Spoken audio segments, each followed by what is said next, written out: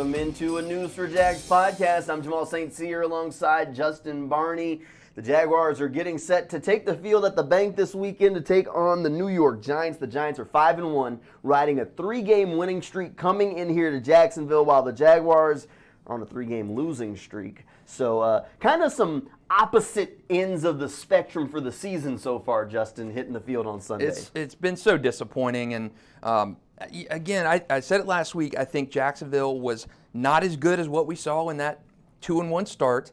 And they're not as bad as what we've seen in this 3-game losing streak. They have been, it sounds like beating a dead horse, but they have been in every single game. They really should be, 5-1 at worst, 6-0 at best in this season. I don't think they have played nearly as bad. I know it's frustrating for fans. It's frustrating for, to be writing stories and say, man, they're so close. Another loss, another find a way to lose game, but they are so much better than they were a year ago. So much better than they were a year ago. And I think fans need to kind of keep that in the back of their mind. Hey, look how bad they were last year. Look how they had no idea how to play last year, how to win games. They were getting blown out week after week. Compartmentalize some of those expectations. Yeah, exactly. And I think when you look at that, had you told me or just a general fan after 6 weeks of the season, Jacksonville would be 2-4, I think a lot of fans would have probably taken that. Yeah, I think a lot of fans would have. Again, during the offseason, I've said this a couple of weeks in a row, during the offseason, fans just kept telling me, I want the team to be competitive in the fourth quarter. They're competitive in the fourth quarter. Yes, absolutely. One of the parallels between this Giants team and the Jaguars team, the Giants probably aren't as good as their record, and the Jaguars are probably better than their record. And that's what the national narrative on the Giants is they suck. They're terrible. They're terrible. But they're 5-1. They continue to win. Because basically they're what the Jaguars wanted to be. They got a young quarterback who's playing within the system, not turning the football over. They are relying on their superstar running back in Saquon Barkley. The Jaguars don't have the superstar running back maybe yet. But they have a bunch of young players, and they've been able to win close games because a young player steps up and makes a play in crunch time, while the Jaguars have been folding every week in crunch time. Trevor Lawrence has been turnover prone in the games that they've lost, except for last week against the Colts. So there's some parallels between these two teams. A coach in the first year leading a program in both of them. So these two teams, there's a difference there, but the Giants have just had the ball bounce their way. The Ravens don't make those sorts of mistakes every week. They're saying the same thing that the Jaguars have said about all their losses. The Ravens are saying, well, we beat ourselves last week, and the Jaguars have said that in every one of their losses because it's factual. I mean, there's little stuff that the Jaguars have done where you go back and you look at it and you're like, what are you doing? And now they look at it, and it's a different mistake every week. Last week, the Colts just killed them with crossers, and they thought they had the solution, but they didn't have the solution. We saw last week what we've not seen before out of Trevor Lawrence, the ability to go and take the team down the field in crunch time. I mean, every opportunity he's had for that in his career, it's been a fail outside of the Dolphins game last year, where he led them to a field goal, the winning field goal, which was great. It was a tie game at that time. It wasn't a make or break, you've got to lead your team, come from behind kind of game. He came and delivered a victory. Granted, broke a losing streak, and it was a great throw to Laviska to get down and give Matthew Wright that chance to kick it. But we have seen Trevor fail and just implode in these situations. Last week, the positive I took from that game is he finally showed up when the game was on the line. The defense could not hold that game out and finish it strong. But Trevor, what I want to see from Trevor is that continued growth, like he showed last week. Again, a very quiet 20 of 22 game, maybe the quietest 20 of 22 passing game in NFL history. Very quiet, not a lot of yards, not a gaudy stat number, but kind of got the job done when he needed to. The rushing game was really what was there. The big run from Jermichael, Travis Etienne's kind of coming out party, even though he got tracked down. There's a lot of things that you can like and take from last week, even though it didn't end the way you wanted. Kind of the scapegoat for last week, or one of the players that kind of cost them the game, Shaquille Griffin, not going to be on the field this week. Shaquille Griffin and Jamal Agnew are both ruled out for Sunday's game. So with Griffin out, that means Trey Herndon will slide into the starting lineup with Darius Williams on the outside. And we'll have to keep our eyes peeled on it, because that might be a permanent switch depending on how Herndon plays. Didn't we talk about this last week on the pod? Is if you're going to move Shaquille Griffin out of that role, who were you putting in there? There's not that guy waiting in the wings to do it. But we said, hey, maybe kick the tires on Trey Herndon at that spot again. Maybe Buster Brown. Maybe you kick. And that's the interesting. And that's what we're going to see this week. We're going to see Herndon. He'll get the first crack at it in the slot with Williams on the outside. If Herndon plays up to par, Shaq may not get back on the field. He's dealing with a back injury. There seems to be some conflicting timelines of when the injury happened. But we'll see just how long it takes for him to get back, how he responds when he gets back, how Trey plays on Sunday. And who knows? It may be a situation of maybe Trey struggles, but they do like what they've seen from Monteric Brown on the practice field. So maybe Buster goes to the outside because we haven't seen him play in the slot. So maybe that they really like Darius in the slot. You move Darius back there and you let Buster go on the outside. There are some options that the team has some flexibility. The only thing is none of them are proven, but at this point neither is Shaq. Right. So what do?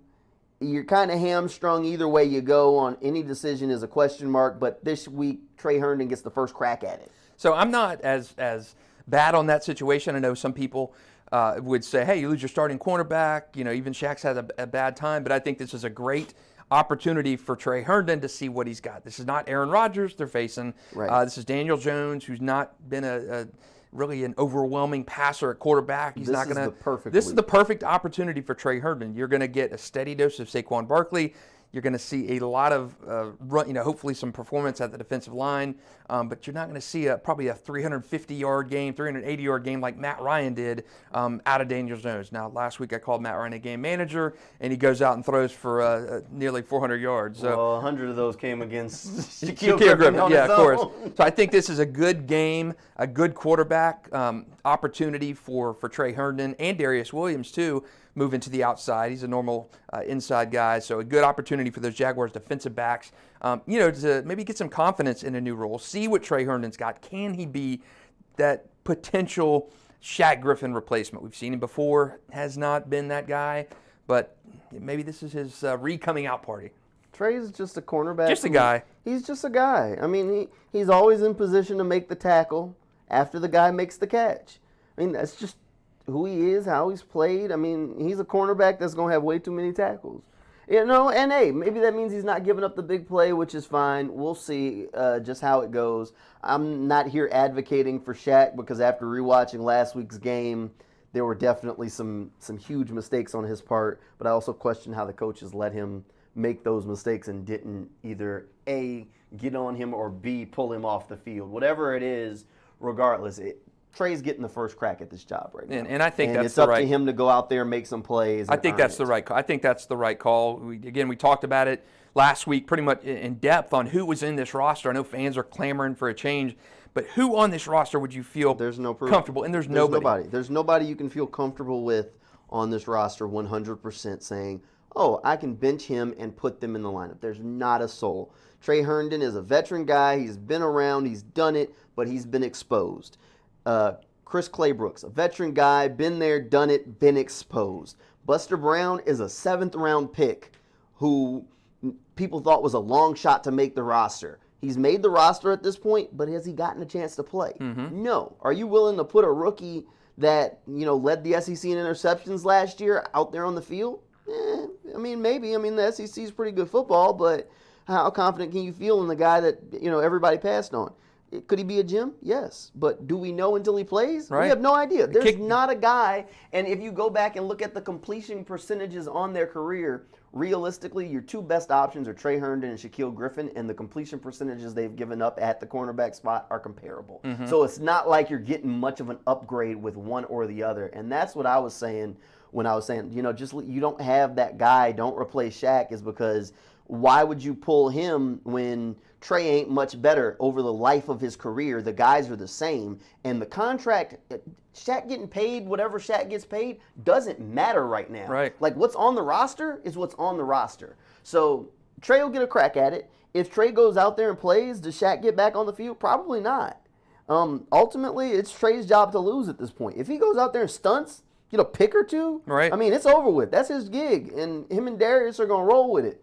Because you got Tyson who's locking down one side to where if you really just feel uncomfortable, maybe in a couple of weeks going against the Devontae Adams, maybe they let Tyson try and travel. I don't know that Tyson's necessarily had that kind of test yet either, but I like it'll Tyson, be interesting though. to see. I mean, he's been one of the highest graded guys by PFF. I like the ceiling on Tyson. I never would have thought through 6 games last year I would have been saying that right now. He looked terrible last year through that first about sliced quarter of the season, and he turned it on, and I like Tyson Campbell. I don't like Shaq Griffin in 2023 opposite Tyson Campbell. I do think cornerback, number 1B cornerback next year is a priority along with a big-time receiver. I think you've got to address that cornerback spot, and I think now is a good time to see if that guy is on your roster. Is it Trey Herndon? Is it Buster Brown? They liked him in the draft. Again, long shot, made the roster. See what he's got. I think this is a great week to see. Again, this is not Aaron Rodgers. This is not Matt Ryan, Patrick Mahomes. This is a beatable quarterback in Daniel Jones, and I think smoke and mirrors have been key to this Giants 5-1 start. Yeah, conveniently, if you're looking ahead to next season, you're going to lose veteran players at that corner and wide receiver spot just for cap reasons and contract reasons. The Marvin's not staying, and Shaq's not coming back. So yes, they will have no choice but to upgrade those positions going into next year, because if you lose Marvin and stand pat with the hand you got, you're asking to lose games. Yeah, and if I agree. you lose Shaq and stand pat, unless Buster Brown takes this job at the end of the season, if you lose Shaq and roll into next year with what you got, you're asking to lose football games. 100%. So I think they will be forced to make some upgrades over the offseason. I think corner is right there, a priority with the receiver next year. Got to be. Yes. So they'll be forced to make some moves. Won't have a ton of money to do it, but forced to make some moves. I guess back to this week. So the Giants, obviously the key is going to be slowing down Saquon Barkley. Barkley has looked like one of the best running backs in the league so far this year. Finally healthy. And the Jaguars getting a big lift this week. It looks like Foley Fatukasi is going to be up for this game. He's listed as questionable, practiced most of the week. He's missed the past few. He is their best run stuffer. So getting him back on the field is huge. Imperative. For this defense. And especially with Barkley coming to town, he has been the heart and soul of that Giants start. And, I mean, who would have thought that Foley Fatukasi would have been so integral to the Jaguars defense? He has been a linchpin on that line in that run defense. They did it to themselves. They did it to themselves when they cut everybody. They kept 300 pounders. Yeah, that's it. When you kept Foley and Devon, you said, if an injury happens, I have to go to the street to find a big body instead of trying to get one on waivers or keeping one of the big guys you had. They went into the season. And essentially, I said the defense was built like they thought they were going to score a bunch of points and be in pass rush sets. Because when you only have 2 300-pound guys, I mean, you don't want to let a team be able to run downhill on you all game, because either A, one of those guys gets hurt, or B, those guys are tired and you don't have subs for them. I mean, Roy's been playing great. Adam Gostis has given him good minutes, but there is no substitution for being a huge body. Exactly. And they've played well. Roy Robertson Harris has played well. Adam Gostis, he's been that dependable guy, but again, those are not 320-pound men. Right. You need that guy. You need that space eater on the defensive line. And I think it was great when, in 2017, Jaguars added Marcel Darius. Right. And it was such an important acquisition for that team. The run defense was getting hammered week after week. They added that big body in the middle, and that was a big testament to that defense, what that allowed them to do. It freed up Yannick Ngakoue. It freed up that secondary that secondary was larcenous that year with as many picks as they had. That started with that defensive line, and this year they were so thin at that position, and you saw what they were capable of with him in the lineup and healthy. They were a very strong defense. The sacks flowed, the interceptions flowed, and that has been a significant loss for them, not having a healthy 320-pound Foley Fatukasi in there. He needs to be there. He's a guy who can eat up a couple of blocks, clog up running lanes. While they were able to bring in Corey Peters, who's a big body, he's not the type of player that Foley is. And I think we'd see the same sort of drop-off from this defensive line group if something happened to Devon Hamilton. They just don't have depth up front at that big body type where they can afford to lose one of those guys. If Devon goes down, then all of a sudden Foley's filling his role. Then you need somebody to fill Foley's role. And then you're still down to one 300-pounder on that line. So, again, size isn't everything, but you have to have these guys whose forte can hang in there and clog up these running lanes and move people around, stack offensive linemen so Foye and Devin Lloyd have creases that they can shoot through to make plays in the backfield. So while Foley's never going to fill the stat sheet, he's never going to be a big stat guy, probably not a big tackle for loss guy. Most fans that are just casual, if you're listening to this, you probably won't really notice when Foley's on the field.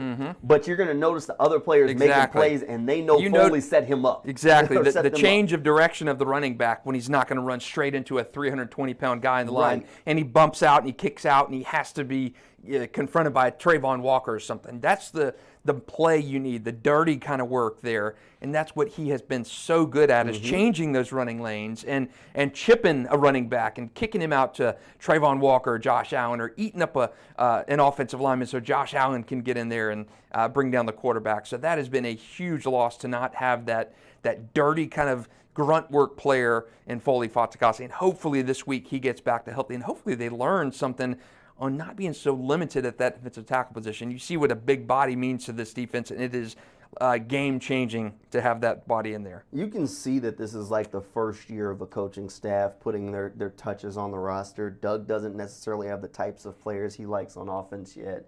Mike Caldwell doesn't have the types of guys he likes all the way across the defense. I think this offseason, probably in the draft, they'll add a big body somewhere to get some depth along that line. They're not going to do that for a second year in a row. So the key for the defense, obviously, slow down Saquon. I think everybody can agree with that. And if you put the ball and all the pressure on Daniel Jones to go win the game, you hope that you can get some turnovers and he becomes the Daniel Jones that we've seen before, and that mistakes happen, the defense can step up. On the other side of the ball on offense, the Giants like to blitz a lot. This is going to be a kind of different kind of defense. Trevor and this Jaguars offense haven't dealt with a whole lot of blitzing kind of teams. Partially because they've already played the Texans and the Colts twice, and the Colts twice, but the Texans once, and neither one of those in all those 3 games, neither one of those teams really blitzes. So you haven't seen a whole lot of pass rush sets. So this is going to be a little bit of a different look for Trevor Lawrence. They're going to have to be able to deal with some of the pressure and things like that, which historically Trevor has been able to deal with blitzing when teams have done it to him. And the Giants are definitely going to send some folks at him. Yeah, and he did. He struggled when the Texans didn't blitz him. Right. So they blitzed him one time. That's a different kind of patience, though. Right. Like with this week, again, I'm a fantasy football player. I look at this and I say, I want Travis Etienne on my roster because I think this is going to be a big week for him, because when they're blitzing, that means someone, either you're probably playing some man coverage on the back end, they could be playing zone, but somebody's left available. And when the pressure's coming, the check down got to be there. And that's one thing that we've been yelling for Trevor to do for weeks now, is take the quick throw. He showed a little bit of that last week. A little bit, but he passed up on him a few too many times too. I mean, there was a third down. It was the one before the speed option where Etienne's open in the flat to the left. He passes up on it, and we end up on 4th down where they run the speed option. It don't happen. So he got to get a little bit better of knowing where your hot read is and knowing to go to it quickly. Like, trust it. Boom. Put the ball in this guy's hands. This is Travis's. This is James's. This is Jamichael's job to be able to, if you got a running back on this roster who one-on-one in the open field can't make a guy miss, he don't need to be on the team. Yeah, and Travis is still waiting for that first career touchdown. And he's going to break one of these. What Etienne scores a touchdown at the bank first, Travis or Trevor? I mean, basically, that's a good one. This is Travis's chance, because Trevor's going to play in the Florida-Georgia game at TIAA Bank Field next week, and who knows? Maybe he scores a touchdown. The wrong Etienne brother finds the end zone at the bank. And how badly will that bother Travis if his younger brother scores a touchdown in Jacksonville? I don't know. I'll have to ask him. I'll have to ask him about that one. But no, I mean, seriously, I think this could be a big opportunity for Travis Etienne, because if they start playing man coverage on the back end, who's going to cover Travis? I mean, linebackers not. Most safeties don't want to run with him either. So Travis is fast. His hand, he just has to make sure he catches the opportunities. This is also should be a big game for Christian Kirk. He knows that if he gets that one-on-one coverage, he's got to be there. But I default to Travis because typically when that pressure's coming, the hot read tends to be a running back or leaking out of the backfield. So if Travis isn't kept in there to block, Trevor has to know, get this guy the ball, let him get some space, and let's chew it up. Even if it's just a 3-yard gain and he gets tackled by that guy, that's fine. That's 3 yards. And I think that goes with Trevor's maturity. He said 2 weeks ago, I've got to learn to check it down. I've got to learn not to force it. A throw the ball away or a 2-yard gain's better than a 7-yard loss. And I think we saw incrementally that last week. A portion of that, the transition into thinking about those outlets and the check down passes. That's why you saw those 20 of 22 passing last week for $185. Not overwhelming. You think you complete 20 balls. They're going for more than $180, but I think you see Trevor starting to pick that up a little bit more, looking for the safety valve in the flat. And again, you get I take my chances on Trevor throwing a long ball and then Trevor throwing a 6-yard pass to Travis Etienne in the flat. I'm going to take that 6-yarder to Travis every single time. Single time. They don't have that long ball receiver. They just don't. Like, can Christian Kirk win down the field? Sure. But is he an 8-target at 20 yards kind of depth kind of receiver? No, not at all. So if they need him to have volumes, which means they have to keep him short more times than not. And Zay Jones is a solid receiver, but he's also not a high volume, deep ball kind of receiver. They don't have that guy that can win consistently down the field for him to be able to take a lot of those shots. If they get that guy, it ain't going to be till the offseason. Yeah, exactly. I know a lot of people are holding out hope for like a DJ Moore and Elijah Moore. Not happening. I just don't see it They've happening. never shown a penchant at the deadline or even during, even leading up to it to make that big. Again, if this they were isn't a team ready to compete right now, exactly, and they're not going to be willing to mortgage the future, which means trading high draft picks for a player like that. Elijah Moore wouldn't come cheap if they were going to trade for him. DJ Moore wouldn't come cheap if they were going to trade for him. Even Brian Burns would not come cheap. They're not. I can guarantee you, Trent Baalke ain't trading a 2nd or a 3rd round pick. If he was going to send something, it's probably 5th round and down. And I don't know that he'd want to do that. So I don't think I can almost guarantee you it ain't happening. They ain't coming to Jacksonville. Not unless he gets overruled or somebody's just trying to give a guy away. Like a Cam Akers, if the Jaguars had a need at running back, I don't know how bad the Rams want him out. I could see him tossing them a 6th round pick for a guy.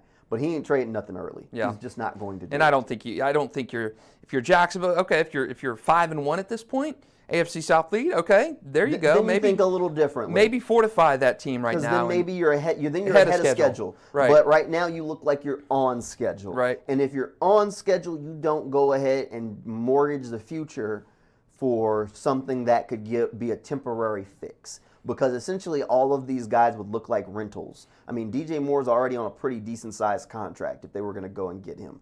All these guys are rentals. The Jaguars don't have a ton of cap space to work with right now anyway. They don't have a ton of cap space for this offseason already. So anybody holding out hope, you just keep holding out hope. But I'm going to tell you, if it happens, it's like a 2% chance. Yeah, and the Jaguars did this, wind the clock back all the way back to, I believe, 99 when they played in the AFC Championship game. They were 14-2 in the regular season. The only 2 losses was to those darn Tennessee Titans. And they mortgaged their future by going all in on that 99 team. They signed Carnell Lake. They signed everybody that year, and the bill came due in 2000, and they were purging people right and left. They were there. They were at that point of contending for a Super Bowl berth. Didn't get there, but the bill came due. And I don't think you'll never see Trent Baalke do that. I don't think you're going to see that here. Personality. He is a penny pincher to the word. He is always going to be having some sort of future-focused.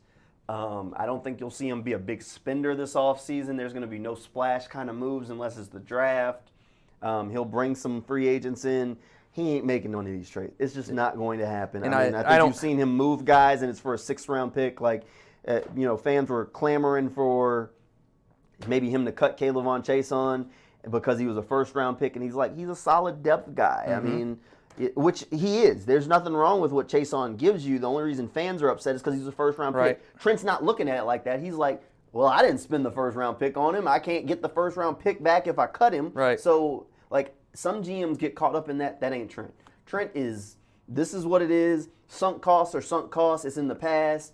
we can only fix what we got going forward, and I'm not going to give away what I have going forward to try and do something right now unless I feel really good. Like if we felt like this team was one wide receiver away, like the defense was knockout lights out, Trevor was out there dealing, and everybody just looked at it and said, man, this guy Christian Kirk's a number 2, and they just need DJ Moore, and that takes him over the top. Then I could see Trent maybe going out there and trying to deal and get it. But even then, I'd say I don't think that's just not his history. He doesn't have the history of being that aggressive guy. He'll take some reaches and swings for the fences in the draft all day long. If a guy has an ACL tear and you think he could be a guy and he thinks there's value there, he will draft him. Look at Walker Little. He did it back in San Francisco with guys like Marcus Lattimore. There was another guy in San Francisco he did too that didn't pan out. But he did it multiple times in San Fran. He's already done it here with Walker Little. He did it with Andre Cisco. I mean, Trayvon Walker's a swing for the fences. He will swing for the fence in the draft. This dude will, if there's potential, he's going to the potential. He's not going conservative. And you know what? I don't blame him for that, because why take the guy with your high pick that you know is going to be at best like average? Swing for the fence. So that's who he is. That's what you're going to get. He ain't going out here and being the wheeling and dealing trade dude that's going to go, turn you some like head turn and trade. That's just not him. Yeah, and I don't think right now they're in that position to do it. I think next year, trade deadline, if you're a missing piece short, this is presumptively that next year. I think next year is going to be the year, third year of Trevor. You got second year of the offensive staff, defensive staff in place. I think next year is that big step forward. So if you're sitting 5-1, you look at that receiver position, you look at that cornerback position. If those are positions, maybe you take a flyer at the trade deadline and move a second rounder for a player that you think could help you win that division title or get to the AFC Championship game. But I just don't think right now. I think you address that in free agency. I think you address that in the NFL draft next year. I think if I'm in agreement with you, if they make a move, it's going to be for a depth kind of guy for a 6th or 7th round pick. I don't think they're swinging for a Devontae Adams, DJ Moore kind of guy. He's not going to make that deal. If there was a Jets wide receiver that made sense, Denzel Mims. Right. Yeah. He's disgruntled. They're not playing him. Basically, hasn't been active. I could see them dealing him for a 6th or 7th round pick if they wanted to. If they were willing to listen and take a 6th or 7th, I could see Trent making that call and making that deal. If they were willing to. But outside of that, you ain't getting Elijah Moore. Elijah Moore is going to cost you a 1st or 2nd if they were willing to move him. Dude's good. He'd come here and probably be competing with Christian Kirk for your number 1 wide receiver, hands down. But Trent also passed on him for Tyson. So maybe Trent's not as high on him as a lot of people are. I don't know. But just don't expect it. Hold out hope if you want, but I'm going to tell you, just lower those expectations just a tad. All right, back to the present, though. There's a big game on Sunday. The Jaguars cannot afford to go to a 4-game losing streak. Justin, do you think they can pull out the win? I keep picking them every week to win, and they've hosed me. I'm 1-5. I'm the worst among the sports staff in the predictions. Terrible season picks for me. But hey, sunk cost is sunk cost. I'm sticking with the Jaguars this week. I'm sticking with them. I'm going out and going down with the ship. So I will say the Jaguars win this game. I think the true Giants come to play this week. I think they harass Daniel Jones. Saquon Barkley has a big game, but I think they invest in stopping Daniel Jones. I think the Jaguars win 23-21. All right, I'm right there with you. We're going to ride it down together. I picked the Jaguars again this week. I think Vegas has it. Vegas has the Jaguars favored by 3.5. The line started at 3, so they increased it. So they must be feeling pretty good. I'm not impressed by this Giants team. I think they've used gimmicks and motion to throw people off. I think the Jaguars will be ready for it. The coaching staff is experienced. They know what they're looking for. Daniel Jones doesn't impress me. I think you slow down Saquon, hold him the same way the Ravens did last week. If you can hold Saquon to under 60 yards rushing, put all the pressure on Daniel Jones to beat you. He ain't gonna do it. That's what I say. Daniel Jones, sell out to stop Daniel Jones. Yeah. So and they don't have the wide receivers to really threaten your secondary like that. Give me the Jaguars, and I'm not sure. I'm going to give them a little bit of space in this one. I say 28-13. Oh, man. So I think the Jaguars are going to go out there and do it. I think Travis Etienne is my guy to have a big day for the Jaguars offense. and give me Daniel Jones and 2 picks. Wow.